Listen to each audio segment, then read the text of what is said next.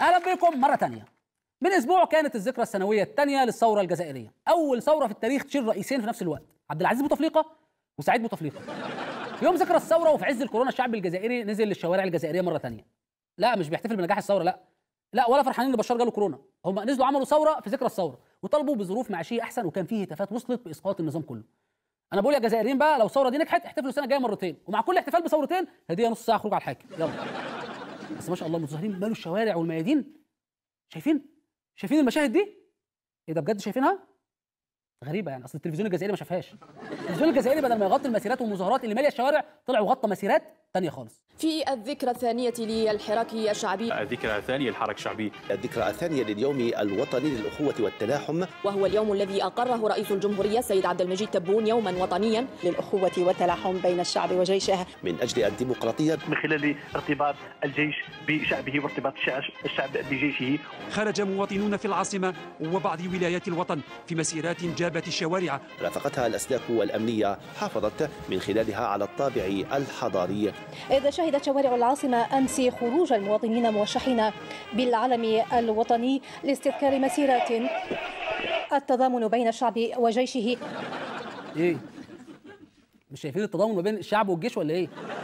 لا قوات الشرطه كانت بتحوش ما بينهم من كتر الحب اللي بيدلدق بس.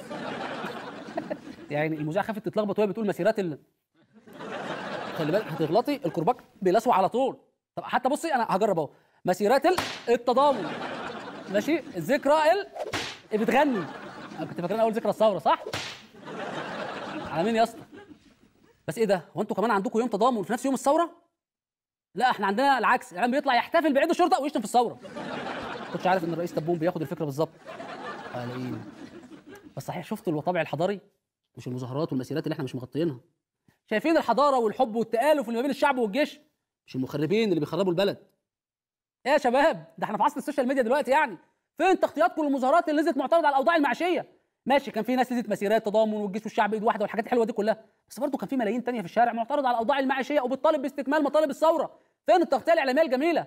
ايه اعلام يا جزائري؟ احنا اللي هنعلمكم يعني؟ معقوله ينزلوا الشارع من غير ما نقول عليهم خونه؟ تظاهر الآلاف من الجزائريين في العاصمة الجزائرية وولايات أخرى. آلاف الجزائريين ينزلون إلى شوارع العديد من المدن الجزائرية مطالبين بتغيير النظام في الذكرى الثانية لانطلاقتها. رفع المحتجون شعارات غاضبة تطالب برحيل رموز النظام. وهناك أسئلة كثيرة حول الحراك الشعبي، هل تحول الحراك من وسيلة إلى غاية؟ الحراك في البداية كان وسيلة، حاليا يريدونه أن يكون غاية. قانون واضح تمس شخصية الرئيس يزيو يديوك، فهمتوا؟ هذا قانون مشكل في الجزائر. الحراك مجرد فضاء للاحتجاج وللتعطيل. شوف فيه السرقة نتاع الهواتف النقالة، فيه كل مظاهرة، فيه تحرش جنسي، فيه رفع شعارات مناهضة للقانون. نحن نواجه مجهولين سب، واحد ما عندوش امه وبيه وما نعرفوهمش، واحد نعرف امه وما نعرفوش بيه، ولما شعار نفس شعار يتكرر عنده مغزى. ما تقولناش ظاهرة صحية، وش ظاهرة صحية؟ التغيير الجماعي عبر التاريخ وعبر المناطق فشل، لكن التغيير الذاتي هو المهم، كما يقول المولى سبحانه وتعالى إن الله لا يغير ما بقوم حتى يغيروا ما بأنفسهم. ونعم بالله. لا التغيير الذاتي ده أهم من تغيير نظام الحكم. نظف نفسك كده من جوه يا مواطن يا جزائري، هيجي لك جورج كلوني يحكمك على طول. صدقني صف نيتك من جوه هتلاقي معجزات بتحصل. خد عندك مثال مصر، احنا في مصر كانت نيتنا صافيه وغيرنا من نفسنا الاول وعملنا ثوره. جالنا السيسي. غلبان على نيته ازاي؟ حسن يا هاكله. ويا سلام بقى لو انت جزائري كده وقبل ما تغير من نفسك كده تغير من مودك، تقوم تعمل لك كوبايه شاي بحليب سكر زياده. صدقني بسبب الازمه لا هتلاقي لا شاي ولا حليب ولا حتى سكر زياده. بس مش مهم. طب بذمتك عمرك قعدت كده مع نفسك وشفت ايه هي مشاكل البلد؟ عندك ايه؟ مشكله اقتصاديه؟ اصحى كل يوم الصبح يا عم وصبح على الجزائر بدينار، صحيح مش هيحصل حاجه بس فلوسك قلت دينار. عندك ايه مشكله تاني؟ مشكله الحليب؟ اقعد مع نفسك كمواطن واحلب بقره، غير من نفسك الاول البلد كلها تتغير صدقني. وانت يا معلم يعني الايه اللي بتفسرها تفسيرها غير اللي في دماغك. وانت اللي ايه؟ انت اي حاجه كده موافق عليها؟ طب قميص نفيسه نشف. طب ما نشفش. طب نشف. طب معلش هات لي الراجل تاني معلش كده. ايه يا معلم؟ ايه يا معلم؟ اللي بينزل واحد يعرف امه وما يعرفش ابوه، او واحد يعرف ابوه بس ما يعرفش امه، واحد ما عندوش امه. انت عامل فزوره ولا جاي تغلط في المتظاهرين؟ ده ايه اللي الناس اللي انت تدور على اهاليها دي في ايه؟ واحد يقول لك كان في سرقه هواتف نقاله وتحرش جنسي. هو تقريبا عشان مدي ظهره للشاشه فاكر ان في تحرش. لا دي شاشه مش عارف اجيبها لك ازاي. يا جماعه يا اعلام ما تسيبوا الناس تنزل، يعني هم نازلين تحت بيتكم. طب نعمل ايه؟ يعني نجيب ناس من بره من الجزائر يعني تشكر في الثوره وتقول لكم ان عادي يحصل حريه راي وتعبير في الجزائر. يعني مضطر اجيبه يا جماعه ما عنديش غيره.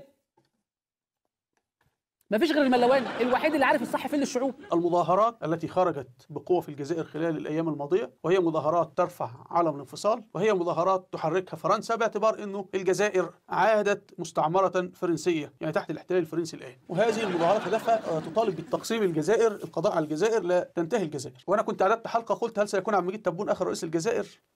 فأخشى والله عليكم يا شعب الجزائر أن غضب الله سبحانه وتعالى يحل عليكم ويتكرر فيكم ما جرى في الأندلس. أسوأ مسلمين عرفهم التاريخ هم مسلمي الأندلس، أفسق ناس وأقذر ناس وأسفل ناس. النتيجة في الآخر ربنا أذلهم جميعا وأبادهم جميعا. وأنا بقول لسكان الجزائر ما درس الأندلس بعيد عنكم. خلي بالكم يا جزائريين، التاريخ كل شويه يعيد نفسه. الأندلس خطوتين، لا الجزائر أكبر دولة عربية ومستقلة وبلد مليون شهيد، لا ده على نفسكم، ده مش موجود في قاموس الملواني دلوقتي، أنتوا تحت الاحتلال الفرنسي. ايه ده ملواني؟ يعني كده المفروض نقاطع المنتجات الجزائريه؟ يا ملواني دول مش تحت الاحتلال الفرنسي، دول تحت فرنسا شخصيا. خلي بالكم الملواني تعب نفسه وملون البلدين اهو. ده الود وده يخلي اللون الاحمر ده ويحط الهلال والنجمه. الناس كلها في سنه 2021 والملواني لسه في سنه 1500. هتبقوا زي الاندلس. افسق ناس واقذر ناس واسفل ناس. احنا اصلا طردناهم من الجزيره العربيه عشان سوء سلوكهم. هتلاقيهم الملواني كانوا رايحين اصلا اسبانيا هجره غير شرعيه. ايه يا ملواني؟ انت لو ليك فلوس عند الاندلس مش هتشتمهم كده. يعني معقوله طلعت تشتم حقبه تاريخيه كامله للمسلمين من غير ما تجيب سيره الاغتصاب؟ يعني قسمت الجزائر وغلطت في حقبه زمنيه للمسلمين كامله، خش بقى في التحرش والاغتصاب. إيه معقوله نصايحي ليك بدات تنفع؟ غريبه مع اني كنت فاكر ان مفيش منك راجل. طب عموما يا جماعه معلش سيبنا الملواني شويه وارجع تاني للجزائريين. مش هقعد بقى اقول لكم ان تشويه المظاهرات غلط ووشم ناس كامله بانهم متحرشين وبيسرقوا موبايلات برضه غلط، واللي انتوا فيه ده دلوقتي بسبب حريه الراي والتعبير، ويا سيد تبون انت جيت بالمظاهرات، لا لا لا لا خالص، احنا قلنا الكلام ده كتير قبل كده، بس نصيحتي لكم بصراحه كجزائريين يعني بصوا انتوا شوفوا الملواني بيقول ايه واعملوا عكسه، او بلاش تشوفوه خالص. استنوا.